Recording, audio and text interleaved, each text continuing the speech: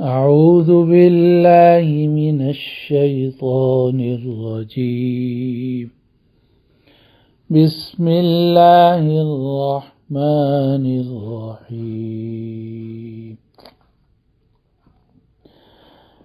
يا أيها النبي إذا جاءك المؤمنات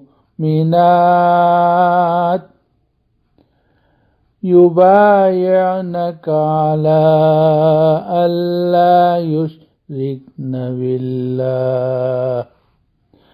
يبايعنك على ألا يشركن بالله شيئا ولا يسرقن ولا يزنين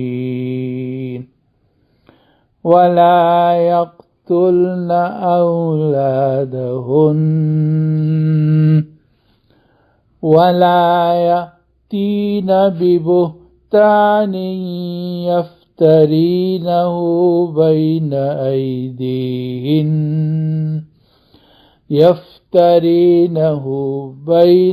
أيديهن وأرجلهن يفترينه بين أيديهن وأرجلهن ولا يعصينك في معروف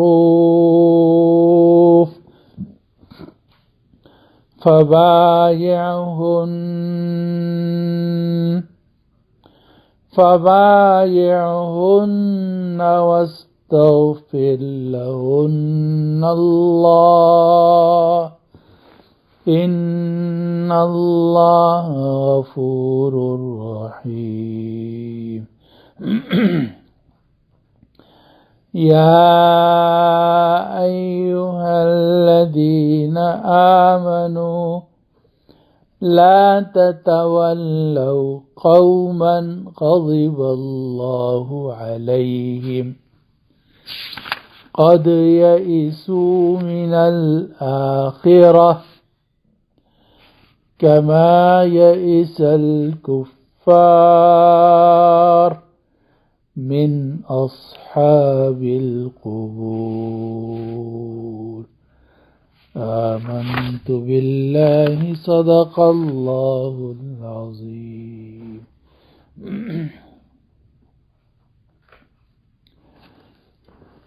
اے نبی، جب مومن عورتیں آپ کے پاس آئیں اور وہ آپ سے بیعت کریں اس بات پر کہ وہ اللہ کے ساتھ کسی کو شریک نہیں ٹھہرائیں گی اور چوری نہیں کریں گی اور بدکاری نہیں کریں گی اور اپنی اولاد کو قتل نہیں کریں گی اور کوئی ایسا بہتان نہیں لے کر آئیں گی جس کو انہوں نے اپنے ہاتھوں اور پیروں کے درمیان گھڑا ہو، اور کسی بھی نیک کام میں آپ کی نافرمانی نہیں کریں گی، تو اے نبی آپ ان سے بیعت لے لیجئے اور ان کے لیے اللہ سے استغفار کیجئے، بے شک اللہ بخشنے والا ہے، رحم کرنے والا ہے۔ اے ایمان والو، مت دوستیاں کرو ان لوگوں سے جن پر اللہ کا غضب ہوا۔ اے ایمان والو، محبت کے تعلقات قائم مت کرو ایسی قوم سے جن پر اللہ کا غضب ہوا۔ یہ لوگ آخرت سے نا امید ہو گئے ہیں، جیسا کہ کافر قبر والوں سے نا امید ہو چکے ہیں۔ یہ ہے ان آیات مبارکہ کا ترجمہ اور مفہوم جو آج کی مجلس میں تلاوت کی گئی ہیں، اور یہ سورۃ الممتحنہ کی آیت نمبر 12 اور 13 ہیں جنہیں آج کی مجلس میں تلاوت کیا گیا ہے، اور انہی 2 آیتوں پر سورۃ الممتحنہ مکمل ہوتی ہے۔ گویا سورۃ الممتحنہ کی آخری 2 آیتیں ہیں۔ ان میں خاص طور پر جو آیت نمبر 12 ہے، جو 2 آیتیں پڑھی گئیں ان میں پہلی آیت نمبر 12 ہے، تو اس میں بیعت سے متعلق احکام ذکر کیے گئے ہیں اور بڑی اہم آیت ہے۔ اللہ سبحانہ و تعالی اپنی رضا کے مطابق صحیح طریقے سے اس کی تفسیر بیان کرنے کی توفیق عطا فرمائے، آمین یا رب العالمین۔ سورۃ الممتحنہ کی جو آیات اس سے پہلے تلاوت کی گئی ہیں، ان میں ان خواتین کا ذکر کیا گیا تھا جو مکہ مکرمہ سے ہجرت کر کے مدینہ منورہ آئیں۔ وہ خود کافر تھیں، کافر گھرانے سے تعلق رکھتی تھیں، اور ان میں سے کئی خواتین ایسی تھیں جو کافر لوگوں کے نکاح میں تھیں، مگر ان خواتین نے بڑی قربانی دی، اپنا گھر بار چھوڑا اور مکہ مکرمہ چھوڑ کر وہ ہجرت کر کے مدینہ منورہ آئیں اور نبی کریم صلی اللہ علیہ وسلم کی خدمت میں آ کر اسلام قبول کیا۔ تو اس سے پہلے جو آیات گزری ہیں، آیت نمبر 10 اور 11، اس میں اللہ سبحانہ و تعالی نے یہ بات ارشاد فرمائی تھی کہ جب یہ مومن عورتیں ہجرت کر کے آئیں تو ان کو آزما لینا چاہیے کہ ان کی ہجرت اللہ رسول کے لیے ہے، اسلام کے لیے ہے، اور جب اطمینان ہو جائے تو پھر تم ان کو پناہ دو اور ان کو کافروں کی طرف واپس مت کرو۔ فلا ترجعوہن الی الکفار لا ہن حل لہم ولا ہم یحلون لہن، ان مسلمان عورتوں کو کافروں کے حوالے مت کرو، نہ یہ کافر مرد ان عورتوں کے لیے حلال ہیں اور نہ یہ عورتیں کافر مردوں کے لیے حلال ہیں۔ تو یہ ساری تفسیر گزشتہ آیات میں بیان ہو چکی ہے۔ آج کی آیات میں جو آیت نمبر 12 ہے، 2 آیتوں میں سے پہلی آیت نمبر 12 جو آج تلاوت کی گئی، اس میں اللہ سبحانہ و تعالی نے عورتوں کی بیعت کا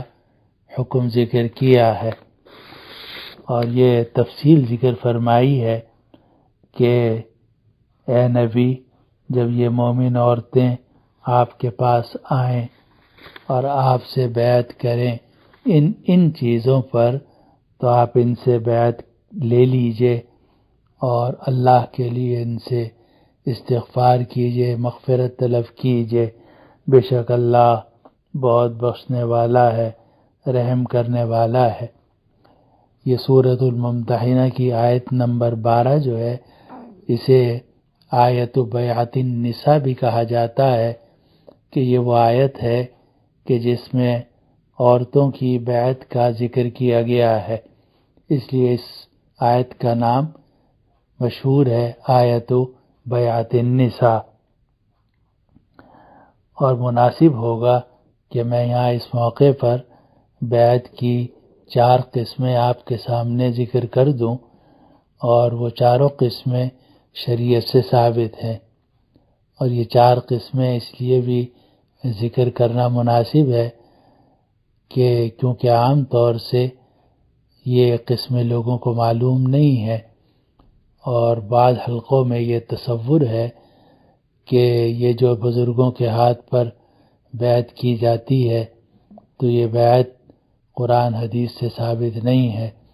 لیکن ابھی اگر آپ تفصیل پڑھیں گے اور سنیں گے تو انشاءاللہ آپ کے سامنے یہ بات کھل کر سامنے آ جائے گی کہ بیعت کی 4 قسمیں ہیں، اور وہ چاروں قسمیں احادیث شریفہ اور قرآن مجید اور تعامل امت سے یعنی اجماع سے ثابت ہیں۔ سب سے پہلے بیعت کی 4 قسمیں سمجھ لیجئے۔ ایک بیعت علی الاسلام تھی، اور بیعت علی الاسلام ہوتی ہے وہ یہ ہے کہ کوئی کافر ہو اور وہ کفر چھوڑ کر اسلام لانا چاہتا ہو تو وہ آ کر نبی کریم صلی اللہ علیہ وسلم کے دست مبارک پر بیعت ہوتا تھا اور اسلام قبول کرتا تھا۔ اور یہ ایک واقعہ نہیں ہے، 2 واقعے نہیں ہیں، بلکہ بہت سارے واقعات ہیں کہ صحابہ رضوان اللہ علیہم اجمعین جو پہلے کافر تھے انہوں نے اپنے اپنے علاقوں سے ہجرت کی، ہجرت کر کے مدینہ منورہ پہنچے اور نبی کریم صلی اللہ علیہ وسلم کے ہاتھ پر بیعت علی الاسلام کی، یعنی مسلمان ہوئے۔ اور اس کا ایک بہت ہی اہم واقعہ وہ بھی ہے جو صحیح مسلم شریف کے اندر بیان کیا گیا ہے کہ ایک مشہور صحابی ہیں حضرت عمرو ابن العاص رضی اللہ عنہ، جنہیں فاتح مصر بھی کہا جاتا ہے۔ یہ صلح حدیبیہ تک کافروں کے گروہ میں شامل تھے اور مسلمان نہیں ہوئے تھے، لیکن صلح حدیبیہ کے بعد سن 6 ہجری میں جب صلح حدیبیہ ہوئی اس کے بعد انہوں نے مکہ مکرمہ سے ہجرت کی، اور ہجرت کر کے وہ مدینہ منورہ پہنچے۔ تو وہ خود اپنا واقعہ سناتے ہیں جسے صحیح مسلم میں روایت کیا گیا ہے کہ عمرو بن العاص رضی اللہ عنہ فرماتے ہیں کہ میں مکہ مکرمہ چھوڑ کر مدینہ منورہ حاضر ہوا، نبی کریم صلی اللہ علیہ وسلم کی خدمت میں پہنچا اور میں نے کہا کہ آپ اپنا دائیں ہاتھ آگے بڑھائیے تاکہ میں آپ کے ہاتھ پر بیعت کروں اور اسلام قبول کروں۔ تو نبی کریم صلی اللہ علیہ وسلم نے اپنا دایاں دست مبارک آگے بڑھا دیا تاکہ نبی کریم صلی اللہ علیہ وسلم کے دائیں ہاتھ پر وہ اپنا دایاں ہاتھ رکھ لیں اور اسلام لے آئیں اور کلمہ توحید وغیرہ کے جو کلمۃ الشہادتین ہے وہ کلمات کہیں۔ تو عمرو بن العاص رضی اللہ عنہ فرماتے ہیں کہ جب نبی کریم صلی اللہ علیہ وسلم نے اپنا دایاں ہاتھ آگے بڑھایا تو میں نے اپنا ہاتھ پیچھے کر لیا، تو آپ نے فرمایا ما لک یا عمر، اے عمرو بن العاص کیا ہوا؟ ابھی تو تم کہہ رہے تھے کہ آپ اپنا ہاتھ آگے بڑھائیے، اور جب میں نے ہاتھ آگے بڑھایا تو تم نے ہاتھ پیچھے کر لیا۔ تو فرمایا ما لک یا عمر، اے عمر کیا ہوا؟ تو عمرو بن العاص کہتے ہیں قلت اردت ان اشترط، میں نے عرض کیا کہ یا رسول اللہ میں شرط لگانا چاہتا ہوں۔ قال تشترط ماذا، آپ نے فرمایا تم کیا شرط لگانا چاہتے ہو؟ قلت ان یغفر لی، میں نے عرض کیا کہ جی میں اسلام اس شرط پہ لانا چاہتا ہوں کہ میری مغفرت ہو جائے، میں بہت گناہ گار ہوں، میری زندگی گناہوں میں اور کفر میں اور بت پرستی میں اور طرح طرح کے گناہوں میں گزری ہے، اب میں آپ کے ہاتھ پر اس شرط پر اسلام قبول کروں گا کہ میری مغفرت ہو جائے۔ نبی کریم صلی اللہ علیہ وسلم نے فرمایا اما علمت یا عمر، اے عمر ابن العاص کیا تمہیں معلوم نہیں ہے ان الاسلام یہدم ما کان قبل، کہ اسلام پچھلے تمام گناہوں کو ختم کر دیتا ہے۔ جب آدمی مسلمان ہوتا ہے پچھلے سارے گناہ معاف ہو جاتے ہیں۔ اور فرمایا وَإِنَّ الْهِجْرَةَ تَهْدِمُ مَا كَانَ قَبْلَهَا، اور ہجرت یعنی اللہ کے لیے اپنا علاقہ چھوڑ کر دوسرے علاقے میں جانا، یہ ہجرت ان تمام گناہوں کو ختم کر دیتی ہے جو ہجرت سے پہلے ہوئے ہوں۔ اور فرمایا کہ وَإِنَّ الْحَجَّ وَأَنَّ الْحَجَّ يَهْدِمُ مَا كَانَ قَبْلَ، کہ حج جو ہے وہ بھی تمام پچھلے گناہوں کو ختم کر دیتا ہے۔ اسی لیے روایت میں آتا ہے کہ جب آدمی حج کرتا ہے اور حج کر کے واپس جاتا ہے تو ایسا ہوتا ہے جیسے اس کی ماں نے اسے آج جنا ہے۔ تو نبی کریم صلی اللہ علیہ وسلم نے 3 اعمال کا ذکر کیا اور یہ بات ارشاد فرمائی کہ جب یہ 3 عمل پائے جاتے ہیں تو آدمی کے سارے پچھلے گناہ معاف ہو جاتے ہیں۔ اسلام تمام پچھلے گناہوں کو ختم کر دیتا ہے، ہجرت تمام پچھلے گناہوں کو ختم کر دیتی ہے، حج تمام پچھلے گناہوں کو ختم کر دیتا ہے۔ تو یہ عجیب حدیث ہے جو حضرت عمرو بن العاص رضی اللہ عنہ نے خود اپنے واقعے کے طور پر ذکر فرمائی، اور اس سے بھی معلوم ہوتا ہے کہ لوگ آیا کرتے تھے آپ کے دست مبارک پر، اسلام قبول کیا کرتے تھے۔ یہ بیعت علی الاسلام کہلاتی ہے کہ آدمی آ کر نبی کریم صلی اللہ علیہ وسلم کے ہاتھ پر مسلمان ہوتا تھا، اور آج بھی یہ بیعت ہو سکتی ہے کہ کوئی کافر آئے اور کسی بھی مسلمان کے ہاتھ پر بیعت کر لے اور اسلام قبول کر لے تو یہ بیعت علی الاسلام ہوگی۔ یہ تو بیعت کی پہلی قسم تھی جو میں نے ذکر کی۔ بیعت کی دوسری قسم جو قرآن مجید سے بھی ثابت ہے اور احادیث شریفہ سے بھی ثابت ہے وہ ہے بیعت علی الجہاد والموت، کہ بیعت کی جائے اس بات پر کہ ہم کافروں سے جہاد کریں گے یہاں تک کہ ہمیں فتح نصیب ہو جائے یا ہمیں شہادت نصیب ہو۔ اور یہ بیعت یہ بھی نبی کریم صلی اللہ علیہ وسلم سے ثابت ہے، اور صلح حدیبیہ کے موقع پر حدیبیہ مقام پر نبی کریم صلی اللہ علیہ وسلم نے 1400 صحابہ سے بیعت رضوان کی تھی، اور اس کو بیعت الرضوان کہا جاتا ہے کہ وہ ایسی بیعت تھی جس سے اللہ راضی ہو گیا تھا۔ اور سورۃ الفتح جو 26ویں پارے کی معروف سورت ہے، اس میں اللہ تعالیٰ نے اس واقعے کا ذکر کیا ہے، اس بیعت کا ذکر کیا ہے، اور پہلے تو یہ فرمایا کہ ان الذین یبایعونک انما یبایعون اللہ ید اللہ فوق ایدیہم، جو لوگ آپ سے بیعت کر رہے ہیں وہ حقیقت میں اللہ سے بیعت کر رہے ہیں، اور اللہ کا ہاتھ ان کے ہاتھوں کے اوپر ہے۔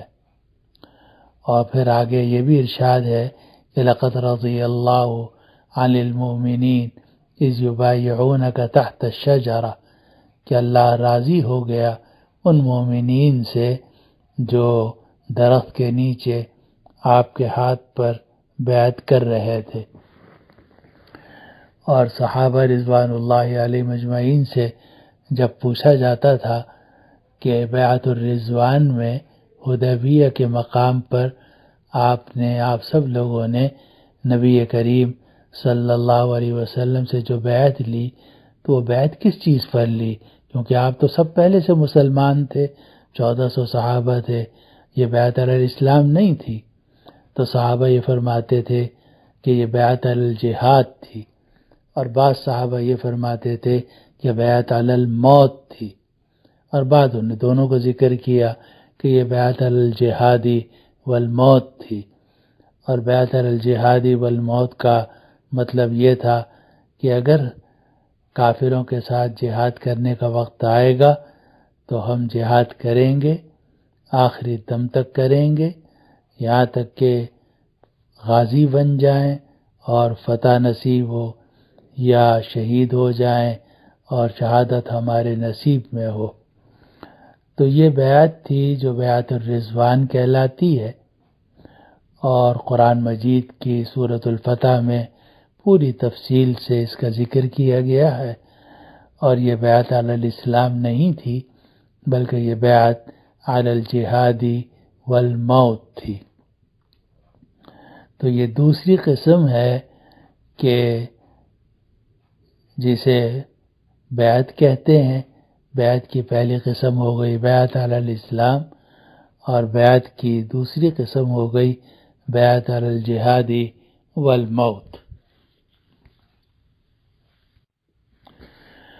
بیعت کی تیسری قسم وہ ہے جو کسی امیر کے ہاتھ پر اطاعت کے لیے کی جاتی ہے، اور نبی کریم صلی اللہ علیہ وسلم بھی جب بیعت لیتے تھے تو کبھی کبھار اطاعت امیر پر بیعت لیتے تھے کہ ہم ہر جائز کام میں آپ کی اطاعت کریں گے، وَأَلَّا نُنَازِعَ الْأَمْرَ أَهْلَهُ، اور جو بھی اہل ہوگا اس سے ہم جھگڑا نہیں کریں گے۔ اور یہ بھی آپ بیعت لیتے تھے کہ صحابہ فرماتے ہیں بایعنا علی المکرہ والمنشط والعسر والیسر، کہ ہم نے بیعت کی کہ ہم دین کی خدمت کریں گے، چاہے وہ ہمیں پسند ہو چاہے ناپسند ہو، چاہے ہم تنگی کی حالت میں ہوں چاہے آسانی کی حالت میں ہوں، لیکن ہم امیر کی اطاعت کریں گے۔ یہ تیسری قسم ہے، اس کو بیعت علی الامارتی والخلافہ بھی آپ کہہ سکتے ہیں، اور یہ نبی کریم صلی اللہ علیہ وسلم کے زمانے میں بھی ہوئی ہیں لیکن کم، اور زیادہ تر یہ بعد کے خلفاء کے ہاتھ پر بیعت ہوتی رہی۔ چنانچہ تمام صحابہ رضوان اللہ علیہم اجمعین نے سیدنا ابو بکر صدیق رضی اللہ عنہ کے ہاتھ پر بیعت کی، اور جب سیدنا ابو بکر صدیق رضی اللہ عنہ کی وفات ہو گئی تو پھر سارے صحابہ نے مل کر حضرت سیدنا عمر فاروق رضی اللہ عنہ کے ہاتھ پر بیعت کی، اور جب سیدنا عمر فاروق رضی اللہ عنہ کی شہادت ہو گئی تو صحابہ نے مل کر سیدنا عثمان غنی رضی اللہ عنہ کے ہاتھ پر بیعت کی، اور جب سیدنا عثمان غنی رضی اللہ عنہ کی شہادت ہو گئی تو سب نے حضرت علی رضی اللہ عنہ کے ہاتھ پر بیعت کی۔ پھر اس کے بعد حضرت حسن ابن علی رضی اللہ عنہ کے ہاتھ پر بیعت ہوئی، پھر حضرت معاویہ رضی اللہ عنہ کے ہاتھ پر بیعت ہوئی۔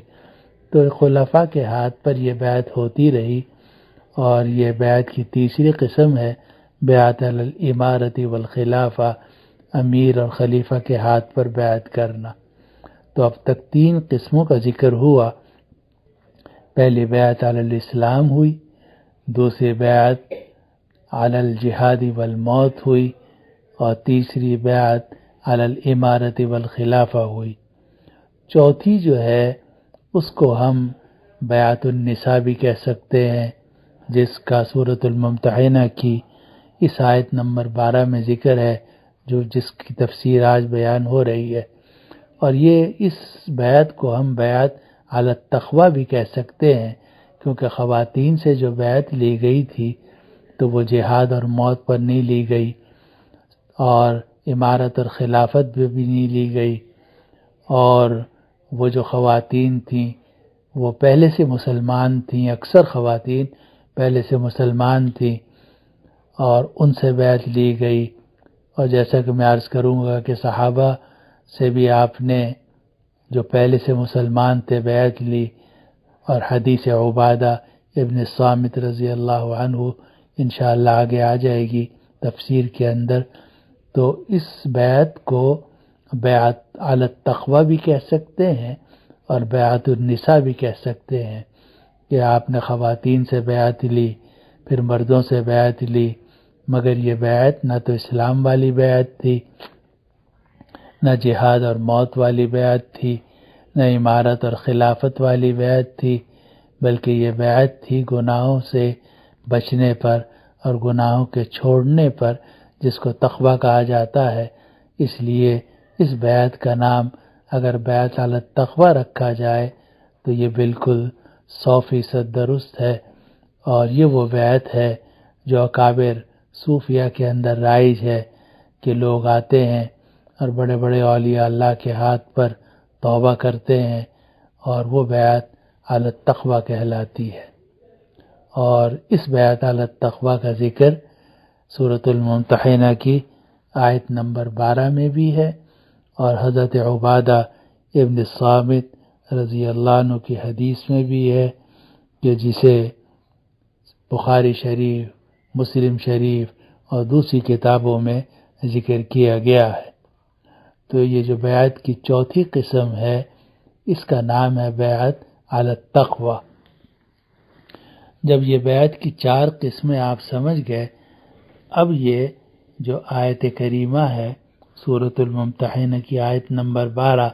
جیسے آیت بیعت النساء بھی کہا جاتا ہے، اس کی تفسیر انشاءاللہ میں عرض کرتا ہوں۔ اللہ تعالیٰ صحیح طریقے سے بیان کرنے کی توفیق عطا فرمائے۔ سورۃ الممتحنہ کی آیت نمبر 12 میں ارشاد باری ہے کہ یا ایھا النبی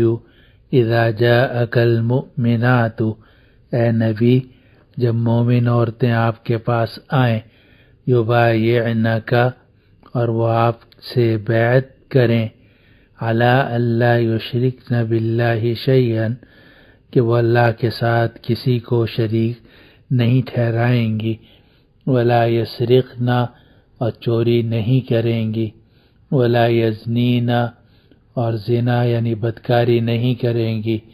ولا یقتلن اولادہن، اور اپنی اولاد کو قتل نہیں کریں گی، ولا یاتین ببہتان یفترینہ بین ایدیہن وارجلہن، اور کوئی بھی ایسا بہتان نہیں لے کر آئیں گی جو انہوں نے اپنے ہاتھوں اور پیروں کے سے گھڑا ہو، ولا یعصینک فی معروف، اور کسی بھی نیک کام میں آپ کی نافرمانی نہیں کریں گی، فبایعہن، تو اے نبی آپ ان سے بیعت لے لیجئے، واستغفر لہن اللہ، اور ان کے لیے اللہ سے استغفار کر دیجئے،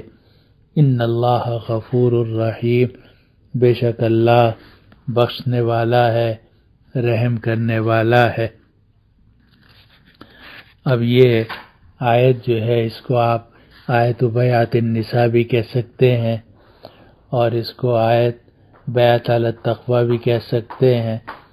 اور اس کو آیت بیعت تصوف بھی کہہ سکتے ہیں، کہ صوفیہ بھی اسی طرح کی چیزوں پر بیعت کرتے ہیں۔ البتہ ایک بڑی اہم بات جو اس آیت کے اندر ہے وہ یہ ہے کہ اللہ سبحانہ و تعالی نے جب بیعت کے الفاظ ذکر کیے ہیں تو اس میں ساری چیزیں جو ہیں وہ لا لا لا کے ساتھ ذکر کی ہیں، کہ عورتوں سے اس بات پر بیعت لی جائے کہ وہ اللہ کے ساتھ کسی کو شریک نہیں ٹھہرائیں گی، چوری نہیں کریں گی، زنا نہیں کریں گی، اپنی اولاد کو قتل نہیں کریں گی، اور کوئی ایسا بہتان نہیں لے کر آئیں گی جس کو انہوں نے اپنے ہاتھوں اور پیروں سے گھڑا ہو، اور کسی بھی نیک کام میں آپ کی نافرمانی نہیں کریں گی۔ تو یہ آیت ہے بیعت کی، اور اس میں ساری جو چیزیں ہیں وہ منکرات ہیں یا گناہ ہیں جن سے روکنے کی بیعت کی گئی ہے، اور اس میں بہت زبردست اشارہ ہے اس بات کی طرف کہ دین اصل میں نام ہے تقوی کا، اور آپ نے آیت سنی ہوگی، قرآن مجید کی مشہور آیت ہے کہ ان اکرمکم عند اللہ اتقاکم، کہ تم میں سب سے زیادہ عزت والا اللہ کے ہاں وہ ہے جو زیادہ متقی ہو۔ اور ایک روایت ہے بخاری و مسلم کی کہ سئل رسول اللہ صلی اللہ علیہ وسلم ای الناس اکرم، کہ رسول اللہ صلی اللہ علیہ وسلم سے پوچھا گیا کہ لوگوں میں سب سے زیادہ عزت والا کون ہے، تو آپ نے فرمایا اکرمہم عند اللہ اتقاہم، اللہ کے ہاں سب سے زیادہ عزت والا وہ ہے جو خدا سے زیادہ ڈرنے والا ہو، یعنی گناہوں سے بچنے والا ہو۔ اور یہ وہ بات ہے جو آج کل ہمارے ذہنوں سے محو ہو چکی ہے یا پس منظر میں چلی گئی ہے، اور اسی کا نتیجہ ہے کہ ہم نیک اس شخص کو سمجھتے ہیں جو تہجد گزار ہو، عبادت کرنے والا ہو، اور یہ خیال نہیں کرتے کہ وہ گناہوں سے بچتا ہے یا نہیں بچتا۔ اسی لیے تہجد بھی چلتی رہتی ہے، رشوت بھی چلتی رہتی ہے، اور دوسرے گناہ بھی چلتے رہتے ہیں۔ حالانکہ اگر آدمی گناہوں کو چھوڑ دے اور صرف فرائض اور واجبات پر اکتفا کر لے تو وہ اللہ کے ہاں زیادہ عزت والا ہے اور زیادہ متقی ہے، اور تمام عبادات سے کے مقابلے میں تقوی زیادہ بہتر عبادت ہے۔ مسند احمد اور ترمذی کی روایت ہے کہ نبی کریم صلی اللہ علیہ وسلم نے فرمایا، اتق المحارم تکن اعبد الناس، کہ تم حرام چیزوں سے بچو تو تم لوگوں میں سب سے زیادہ عبادت گزار بن جاؤ گے۔ عجیب حدیث ہے کہ اتق المحارم تکن اعبد الناس، کہ حرام چیزوں سے بچو تم سب سے زیادہ عبادت گزار بن جاؤ گے۔ اب فرض کر لیجئے کہ ایک آدمی ہے، وہ اشراق بھی پڑھ رہا ہے، چاش بھی پڑھ رہا ہے، اوابین بھی پڑھ رہا ہے، نفلی روزہ بھی رکھ رہا ہے، تہجد بھی پڑھ رہا ہے، لیکن ساتھ ساتھ رشوت میں بھی ملوث ہے، سود خوری میں ملوث ہے، یا لوگوں کو ستانے میں ملوث ہے، تو یہ نیک نہیں ہے۔ یہ عبادت تو کر رہا ہے لیکن اللہ تعالیٰ کے ہاں یہ عزت والا نہیں ہے، کیونکہ اللہ کے ہاں عزت تو اس شخص کی ہوتی ہے جو خدا سے ڈرنے والا ہو اور گناہوں سے بچنے والا ہو، اور اسی کو نبی کریم صلی اللہ علیہ وسلم نے فرمایا، اتق المحارم تکن اعبد الناس، حرام چیزوں سے بچو تو تم لوگوں میں سب سے زیادہ عبادت گزار سمجھے جاؤ گے۔ اسی طرح ترمذی کی روایت ہے، حضرت جابر ابن عبداللہ رضی اللہ عنہ سے قال، جابر ابن عبداللہ رضی اللہ عنہ نے فرمایا کہ ذکر رجل عند رسول اللہ صلی اللہ علیہ وسلم بعبادت واجتہاد، کہ رسول اللہ صلی اللہ علیہ وسلم کے سامنے ایک آدمی کا ذکر کیا گیا کہ وہ بہت عبادت کرتا ہے اور بڑی کوشش کرتا ہے عبادت کرنے کی، ذکر وغیرہ کرنے کی۔ وَذُكِرَ آخَرُ بِرِعَةٍ، اور ایک اور آدمی کا ذکر کیا گیا کہ وہ عبادت اور اجتہاد تو اتنا نہیں کرتا لیکن گناہوں سے بچنے کی کوشش کرتا ہے۔ تو نبی کریم صلی اللہ علیہ وسلم نے فرمایا، لا تعدل بالرعاتی، کہ تم پرہیزگاری کے برابر کسی چیز کو مت سمجھو، یعنی پرہیزگاری یہ ایک طرف اور ساری نیکیاں دوسری طرف، اور اس کو لا تعدل بالرعاتی بھی پڑھا گیا ہے کہ پرہیزگاری کے برابر کوئی چیز نہیں ہو سکتی۔ تو پرہیزگار اگر انسان ہو اور گناہوں سے بچتا رہے اور اس بات کا خیال رکھے کہ میری زبان سے، میرے ہاتھ سے کسی مسلمان کو کوئی تکلیف نہ پہنچے، المسلم من سلم المسلمون من لسانه ویدہ والمؤمن من امنہ الناس علی دمائہم واموالہم، اور گناہوں سے بچتا رہے تو یہ آدمی اللہ کے ہاں زیادہ پرہیزگار ہے اور زیادہ عبادت گزار ہے۔ اس لیے آپ نے فرمایا کہ تم حرام کاموں سے بچو تو تم عبادت گزار سمجھے جاؤ گے۔ اور ایک روایت ہے جو مسند احمد اور بیہقی کی ہے، اور یہ بھی مشکات کے اندر ہے، کہ حضرت ابو ہریرہ رضی اللہ عنہ فرماتے ہیں کہ ایک آدمی نے آ کر عرض کیا کہ یا رسول اللہ، فلانی عورت ہے وہ بہت نمازیں پڑھتی ہے اور بہت روزے رکھتی ہے، لیکن اور صدقہ بھی بہت کرتی ہے، لیکن وہ اپنے قریب کے لوگوں کو، اپنے پڑوسنوں کو اور اپنے قریب کے لوگوں کو اپنی زبان سے اذیتیں پہنچاتی ہے، تکلیف پہنچاتی ہے، یعنی ان کے دل ٹوٹتے ہیں اس کی گفتگو سے۔ قال ہی فی النار، تو نبی کریم صلی اللہ علیہ وسلم نے فرمایا یہ جہنم میں جائے گی۔ حالانکہ نماز بہت پڑھ رہی تھی، روزے بہت رکھ رہی تھی، صدقے بہت کر رہی تھی، لیکن زبان اس کی تلوار کی طرح تھی، چھری کی طرح تھی، اور جناب اس کی زبان سے سارے لوگ شکایت کرتے تھے۔ تو نبی کریم صلی اللہ علیہ وسلم نے فرمایا کہ اس کی جو کثرت صلات اور کثرت صوم اور کثرت صدقہ کا اعتبار نہیں ہوگا، بلکہ یہ جہنم میں جائے گی۔ اور اسی روایت میں یہ بھی ہے کہ قال یا رسول اللہ فإن فلانة تذکر قلت صیامها وصدقتها وصلاتها، یا رسول اللہ ایک فلانی عورت ہے، اس کے روزے بھی کم ہیں، صدقہ بھی کم ہے، نمازیں بھی کم پڑھتی ہے اور خیرات بھی بہت کم کرتی ہے۔ کبھی گھر میں پنیر بچا ہوا ہو تو اس کے ٹکڑے بس خیرات کر دیتی ہے، لیکن اپنی زبان سے اپنے قریب کے لوگوں کو کوئی تکلیف نہیں پہنچاتی۔ تو نبی کریم صلی اللہ علیہ وسلم نے فرمایا ہی فی الجنہ، کہ وہ جنت میں جائے گی۔ تو اب دیکھیے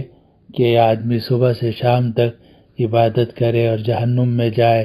اس سے بہتر ہے کہ آدمی تقوی اختیار کرے، گناہوں سے بچے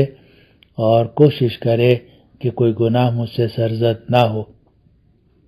تو وہ سب سے زیادہ عبادت گزار سمجھا جائے گا، اور اللہ تعالیٰ کے ہاں وہ سب سے زیادہ عزت والا ہے، کیونکہ قرآن مجید کی صاف آیت ہے ان اکرمکم عند اللہ اتقاکم،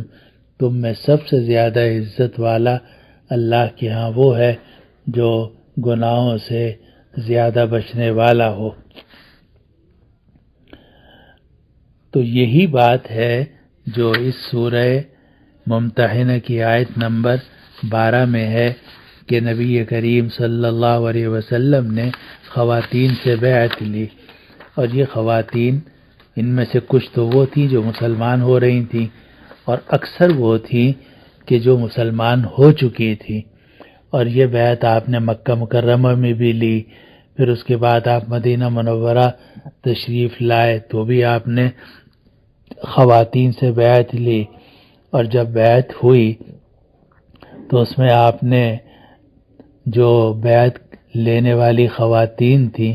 بیعت کرنے والی خواتین تھیں، ان کو وظیفے نہیں بتائے کہ تم یہ وظیفہ پڑھنا، یہ وظیفہ پڑھنا اور یہ ذکر کرنا اور یہ تہجد پڑھنا۔ آپ نے ان سے جو بیعت لی،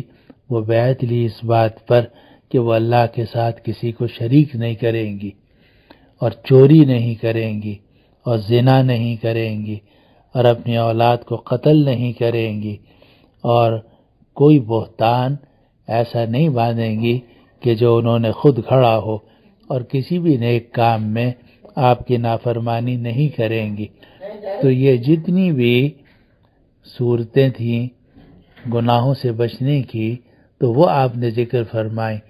اور آپ نے خواتین سے بیعت اس بات پر لی کہ یہ گناہ نہیں کرو گی، یہ گناہ نہیں کرو گی، یہ گناہ نہیں کرو گی۔ اور اسی طرح کے بیعت جو ہے وہ آپ نے صحابہ سے بھی لی۔ چنانچہ حضرت عبادہ ابن صامت رضی اللہ عنہ مشہور صحابی ہیں، تو وہ فرماتے ہیں کہ ہم نبی کریم صلی اللہ علیہ وسلم کی خدمت میں بیٹھے ہوئے تھے، اور یہ روایت بھی بخاری اور مسلم وغیرہ کی ہے۔ تو عبادہ ابن صامت فرماتے ہیں کہ ہم رسول اللہ صلی اللہ علیہ وسلم کی خدمت میں بیٹھے ہوئے تھے، تو آپ نے صحابہ سے فرمایا بایعونی، مجھ سے بیعت کرو اس بات پر کہ تم اللہ کے ساتھ کسی کو شریک نہیں کرو گے، چوری نہیں کرو گے، بدکاری نہیں کرو گے، اپنی اولاد کو قتل نہیں کرو گے، کسی پر بہتان نہیں باندھو گے، اور کسی بھی نیک کام میں تم نافرمانی نہیں کرو گے۔ تو جن چیزوں پر آپ نے خواتین سے بیعت لی انہی چیزوں پر آپ نے مردوں سے بھی بیعت لی، اور یہ بیعت جو لی گئی یہ کرنے پر نہیں تھی کہ ہم یہ وظیفہ کریں گے اور یہ وظیفہ پڑھیں گے اور یہ جناب نماز پڑھیں گے اور یہ عبادت کریں گے، بلکہ جو بیعت لی گئی وہ نہ کرنے پر، بیعت کرنے پر نہیں ہوتی، بیعت نہ کرنے پر ہوتی ہے کہ ہم یہ نہیں کریں گے۔ تو سورۃ الممتحنہ کی آیت نمبر 12 میں جتنی بیعت کی تفصیل ذکر کی گئی سب کے اندر لا لا لا ہے کہ خواتین سے عہد لیا گیا کہ ہم یہ بھی نہیں کریں گے، یہ بھی نہیں کریں گے، یہ بھی نہیں کریں گے۔ اب اس کی تفسیر سن لیجئے۔ فرمایا گیا کہ اے نبی، جب یہ مومن عورتیں آپ کے پاس آئیں اور آپ سے بیعت کریں اس بات پر کہ اللہ کے ساتھ شریک نہیں ٹھہرائیں گی، اب شریک نہیں ٹھہرائیں گی، شرک ایک ایسی چیز ہے کہ جو شرک فی الذات ہو تو بھی غلط ہے، یعنی اس سے آدمی کافر ہو جاتا ہے کہ کوئی آدمی ایک کے بجائے دو پروردگار کا قائل ہو، اللہ پناہ میں رکھے، وہ مشرک ہے، یہ شرک فی الذات کہلاتا ہے۔ ایک شرک فی الصفات ہوتا ہے کہ آدمی مخلوق کے اندر وہ صفات مانے جو اللہ تعالیٰ کے اندر ہیں۔ ایک شرک فی العبادت ہے کہ آدمی مخلوق کے سامنے رکوع کرے، سجدہ کرے، نعوذ باللہ، ان سب سے آدمی کافر ہو جاتا ہے۔ تو شرک کی ہر صورت جو ہے وہ ممنوع ہے، بلکہ آپ جانتے ہیں کہ نبی کریم صلی اللہ علیہ وسلم نے فرمایا ان یسیر الریاء شرک، کہ اگر آپ نے عبادت کی اور عبادت کا مقصد دوسروں کو دکھانا تھا تو وہ بھی شرک ہے۔ آپ نے صدقہ کیا دکھانے کے لیے، وہ بھی شرک ہے، یعنی شرک کی ایک قسم ہے، اگرچہ اس سے آدمی مشرک اور کافر نہیں ہوتا لیکن گناہگار تو ہو جاتا ہے۔ تو یہ جو پہلی شرط ہے کہ اللہ کے ساتھ کسی کو شریک نہیں ٹھہرائیں گی، تو اس کے اندر شرک کی تمام صورتوں کی نفی ہے کہ نہ شرک فی الذات کریں گی، نہ شرک فی صفات کریں گی، نہ شرک فی العبادت کریں گی، نہ شرک فی النیت کریں گی، نہ شرک فی العمل کریں گی۔ اس لیے کہتے ہیں کہ جو کام کرنا ہو اللہ تعالیٰ کی رضا کے لیے کرو، اور کسی کو دکھانے کے لیے اور سنانے کے لیے یا ستانے کے لیے مت کرو، صرف اور صرف اللہ تعالیٰ کی رضا کے لیے کرو۔ تو پہلی جو چیز ہے کہ شرک نہیں کریں گی۔ آگے فرمایا ولا یسرقنا، اور بیعت کریں اس بات پر کہ وہ چوری نہیں کریں گی۔ اب چوری بھی بہت ساری چیزوں کی ہو سکتی ہے، ماں باپ کی چیزیں بھی انسان چرا لیتا ہے، اللہ پناہ میں رکھے، یا جناب شوہر کی چیز چرا لی، یا شوہر نے بیوی کی چیز چرا لی، یہ سارا کا سارا چوری کے اندر داخل ہے۔ یا کسی کی کوئی چیز تھی جو وہ اپنے لیے لایا تھا، آپ نے اٹھا کر اس کو کھا لی، یا جو حق تھا کوئی چیز مشترک آئی تھی اور سب کے درمیان انصاف سے تقسیم ہونی تھی اور آپ نے اپنے حق سے زیادہ اس کو کھا لیا اور استعمال کر لیا، تو یہ بھی ایک طرح کی چوری ہو گئی یا غصب ہو گیا۔ تو چوری کی ہر قسم کو شریعت نے منع کیا، اور عورتوں سے عہد لیا گیا کہ ولا یسرقنا، چوری نہیں کریں گی۔ اسی طرح آگے فرمایا ولا یزنینا، کہ زنا نہیں کریں گی، اور زنا کی بھی بہت ساری صورتیں ہیں۔ اصل زنا تو شرمگاہ کا زنا ہوتا ہے، لیکن اس کے علاوہ ہاتھ کا بھی زنا ہو سکتا ہے، آنکھوں کا بھی زنا ہو سکتا ہے، اور زبان کا بھی زنا ہوتا ہے، اور کانوں کا بھی زنا ہوتا ہے۔ اور نبی کریم صلی اللہ علیہ وسلم نے فرمایا کہ آنکھ بھی زنا کرتی ہے، پاؤں بھی زنا کرتے ہیں، ہاتھ بھی زنا کرتا ہے، اور شرمگاہ ان سب کی یا تصدیق کرتی ہے یا تکذیب کرتی ہے۔ تو ولا یزنین کے اندر زنا کی ساری صورتوں کی ممانعت ہے کہ زنا نہیں کریں گی، بدکاری نہیں کریں گی۔ آگے فرمایا ولا یقتلن اولادہن، کہ اپنی اولاد کو قتل نہیں کریں گی۔ تو پرانے زمانے کے اندر بچیوں کو قتل کر دیتے تھے کیونکہ بچیوں کی پرورش بہت مشکل ہوتی تھی، ان کی عصمت اور عفت کی حفاظت سخت مشکل تھی، تو وہ زندہ بچیوں کو زندہ درگور کر دیتے تھے، جیسے کہ قرآن مجید کی سورۃ النحل کے اندر اس کی پوری تفصیل موجود ہے اور ذکر کی گئی ہے۔ تو قتل کی جتنی بھی صورتیں ہیں اولاد کو قتل کرنے کی، وہ سارے ہی کی ساری منع ہیں، اور اسی لیے کہا جاتا ہے کہ اگر کسی خاتون کا حمل ٹھہر گیا ہے اور اس میں جان پڑ گئی ہے، اب اگر اس کو قتل کیا جائے گا تو ایسا ہے جیسا کہ زندہ ایک جان کو قتل کرنا، اور اسی لیے حمل میں جب تک جان نہ پڑے اس وقت تک تو گنجائش ہے بعض مجبوری کی صورتوں میں، لیکن جب جان پڑ جائے تو وہ زندہ جان ہے اور اس کو کسی بھی صورت میں قتل کرنے کی یا اسقاط کرنے کی یا ضائع کرنے کی کوئی اجازت نہیں ہے، اور بلکہ دیت واجب ہوگی۔ اگر کوئی بوڑھا بہت بوڑھا ہو آپ اسے قتل نہیں کر سکتے، اگر مریض بالکل آخری اسٹیج پر ہو تو بھی اسے زہر کا ٹیکہ نہیں لگایا جا سکتا۔ اس طرح اگر کسی بچے کے بارے میں حمل میں پتہ چل جائے کہ اس کے سر میں پانی ہے یا سر خراب ہے یا کچھ اور بات ہے، تو بھی اگر اس کی جان اس میں جان پڑ گئی ہے اور نقل و حرکت ہے تو اس کو قتل کرنے کی کوئی اجازت نہیں ہے، کیونکہ زندہ جان کو قتل کرنا حرام ہے، اور لیڈی ڈاکٹر قتل کرے گی وہ بھی گناہ گار ہوگی، اور جو قتل کا حکم دے گا وہ بھی گناہ گار۔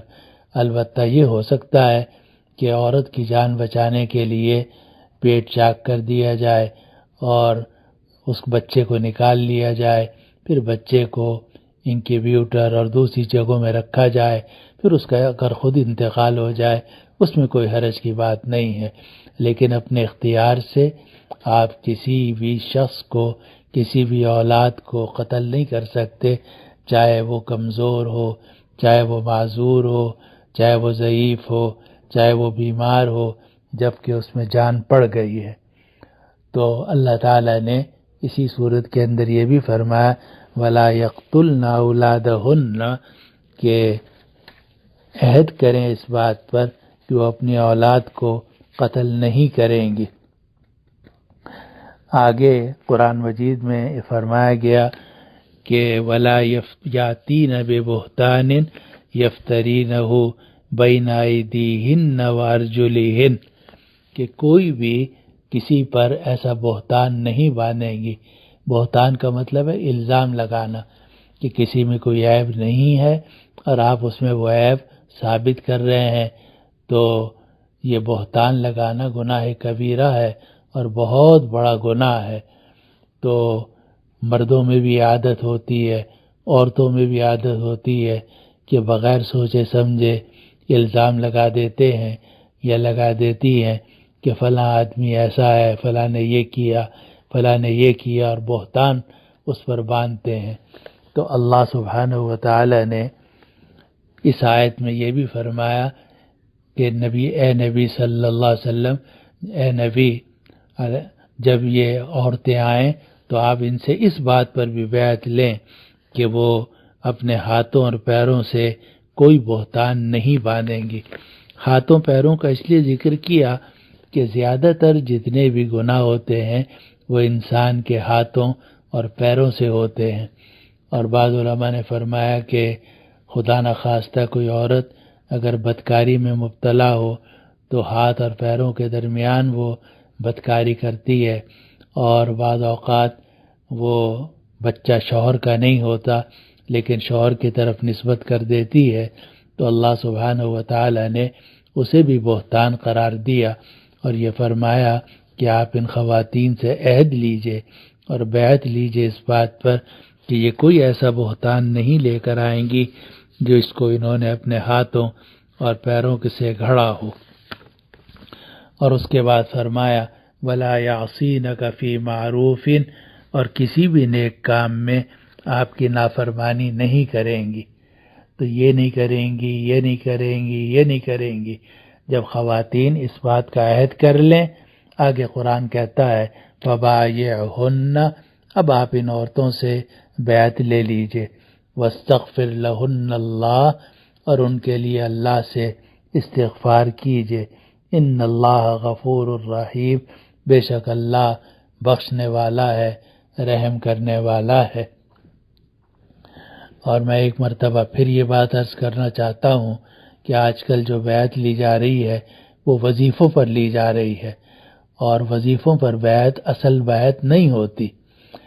اگر آپ کسی سے پوچھیں کہ بھئی تم بیعت ہو گئے ہو، اور وہ کہے ہاں میں فلاں بزرگ سے بیعت ہو گیا ہوں، تو آپ اس سے پوچھیں گے کہ اس نے کیا وظیفے آپ کو بتائے۔ آپ یہ سمجھتے ہیں کہ بیعت کا مقصد وظیفے ہے، حالانکہ بیعت کا مقصد وظیفے نہیں ہے، بلکہ بیعت کا مقصد گناہوں کو چھوڑنا اور گناہوں سے بچنا ہے۔ لہذا اس بات کی بہت ضرورت ہے کہ جو بیعت آیت بیعت النساء میں جن چیزوں پر بیعت کا ذکر ہے، اسی طرح حدیث عبادہ ابن صامت میں رضی اللہ عنہ میں بھی نبی کریم صلی اللہ علیہ وسلم نے صحابہ سے بیعت لی تو انہی باتوں پر لی کہ یہ نہیں کرو گے، یہ نہیں کرو گے، شرک نہیں کرو گے، چوری نہیں کرو گے، بدکاری نہیں کرو گے، اولاد کو قتل نہیں کرو گے، بہتان نہیں باندھو گے، کسی نیک کام میں نافرمانی نہیں کرو گے۔ تو اب وقت آ گیا ہے کہ جو اصل بیعت ہے اس کو زندہ کیا جائے، اور وہ بیعت علی التقوی ہے، اور اصل چیز جو ہے وہ تقوی ہی ہے۔ اور جیسا کہ میں نے حدیث شریف آپ کو سنائی تھی کہ اتق المحارم تکن اعبد الناس، کہ تم حرام چیزوں سے بچ جاؤ تو تم لوگوں میں سب سے زیادہ عبادت گزار سمجھے جاؤ گے،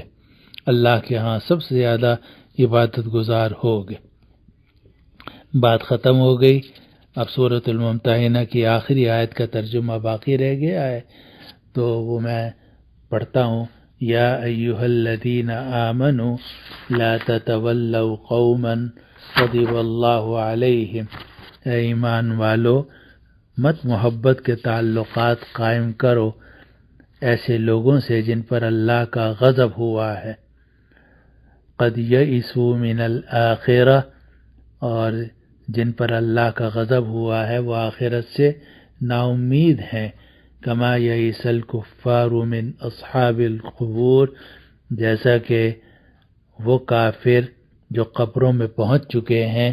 وہ بھی نا امید ہو چکے ہیں۔ یہ آخری آیت ہے، اور اس میں بھی اللہ سبحانہ وتعالی نے وہی بات ذکر فرمائی جو سورۃ الممتحنہ کے شروع میں ذکر کی گئی تھی، حضرت حاطب ابن ابی بلتع رضی اللہ عنہ کے واقعے کے سلسلے میں، کہ کافروں سے محبت کا تعلق قائم کرنا یا گہری دوستی کرنا یہ جائز نہیں ہے۔ تو اللہ سبحانہ وتعالی نے سورۃ الممتحنہ کی آخری آیت نمبر 13 میں یہی بات ارشاد فرمائی دوبارہ کہ اے ایمان والو مت محبت کا تعلق قائم کرو ان لوگوں سے جن پر اللہ کا غضب ہو چکا ہے۔ ظاہر اللہ کا غضب تو ہوتا ہے کافروں پر جو اللہ کو نہ مانتے ہوں، یا اللہ کے نبی برحق کو نہ مانتے ہوں، یا ختم نبوت کو نہ مانتے ہوں، یا دین کی جو ضروری باتیں انہیں تسلیم نہ کرتے ہوں۔ تو جن لوگوں پر اللہ کا غضب ہو چکا ہے ان سے محبت کے تعلقات قائم مت کرو۔ اور یہ بات پہلے میں بتا چکا ہوں کہ آپ ان سے تجارتی معاملہ بھی کر سکتے ہیں، معاہدہ بھی کر سکتے ہیں، ان کی غمخواری بھی کر سکتے ہیں، ان کی تکلیف بھی دور کر سکتے ہیں، لیکن دوستی اور محبت کے گہرے تعلقات آپ کافروں سے قائم نہیں کر سکتے۔ آگے قرآن فرماتا ہے قد یئسوا من الآخرہ، کہ یہ جو کافر ہیں یہ آخرت سے نا امید ہو چکے ہیں، یعنی ان کو آخرت کی کوئی امید نہیں ہے۔ اور مسلمان کو تو آخرت کی امید ہوتی ہے، جو بھی تکلیف مسلمان کو پہنچتی ہے اس کو یہ اطمینان ہوتا ہے کہ اس کا ثواب مجھے آخرت میں ملے گا۔ جو بھی آدمی محنت کرتا ہے یا گناہوں سے بچنے کی کوشش کرتا ہے تو اس کو یہ اطمینان رہتا ہے کہ اس کا ثواب مجھے آخرت میں مل جائے گا۔ لیکن کافر جو ہیں وہ تو آخرت سے بالکل نا امید ہوتے ہیں، ان کو تو ہر چیز نقد چاہیے ہوتی ہے کہ اس دنیا میں نقد لینا ہے اور دینا ہے اور بدلہ لینا ہے، لیکن مسلمان جو ہے وہ آخرت پر ایمان رکھتا ہے۔ تو اللہ تعالیٰ نے فرمایا کہ اے ایمان والو، مت دوستی کرو ان لوگوں سے جن پر اللہ کا غضب ہو چکا ہے، اور یہ لوگ تو آخرت سے نا امید ہیں، یعنی تم تو نا امید نہیں ہو مگر یہ لوگ آخرت سے نا امید ہیں۔ آخر میں فرمایا کما یئس الکفار من اصحاب القبور، جیسا کہ وہ کافر نا امید ہو چکے ہیں جو قبروں میں پہنچ گئے ہیں۔ اس آخری حصے کے دو ترجمے ہو سکتے ہیں۔ ایک ترجمہ تو وہی ہے جو بھی میں نے کیا کہ جو کافر قبروں میں پہنچ چکے ہیں اور وہ اب بالکل نا امید ہیں کہ اب ایمان لانے کا ان کے پاس کوئی راستہ نہیں رہا، کیونکہ جب تک زندہ تھے تو ایمان لانے کی توقع بھی تھی، ایمان لانے کا موقع بھی تھا، لیکن جب قبروں میں پہنچ گئے تو پھر ایمان لانے کی توقع ختم ہو گئی اور آخرت سے بالکل نا امیدی ہو گئی۔ تو ایک ترجمہ تو یہ ہو سکتا ہے کہ جیسا کہ کافر جو قبروں میں پہنچ چکے ہیں ان سے جیسے وہ نا امید ہیں، اسی طرح یہ کافر آخرت سے نا امید ہیں۔ اور دوسرا ترجمہ اس کا یہ کیا گیا کہ جو کافر ہیں وہ اپنے کافر مردوں سے بالکل نا امید ہوتے ہیں۔ مسلمان جو ہے وہ اپنے مسلمان مردے سے نا امید نہیں ہوتا،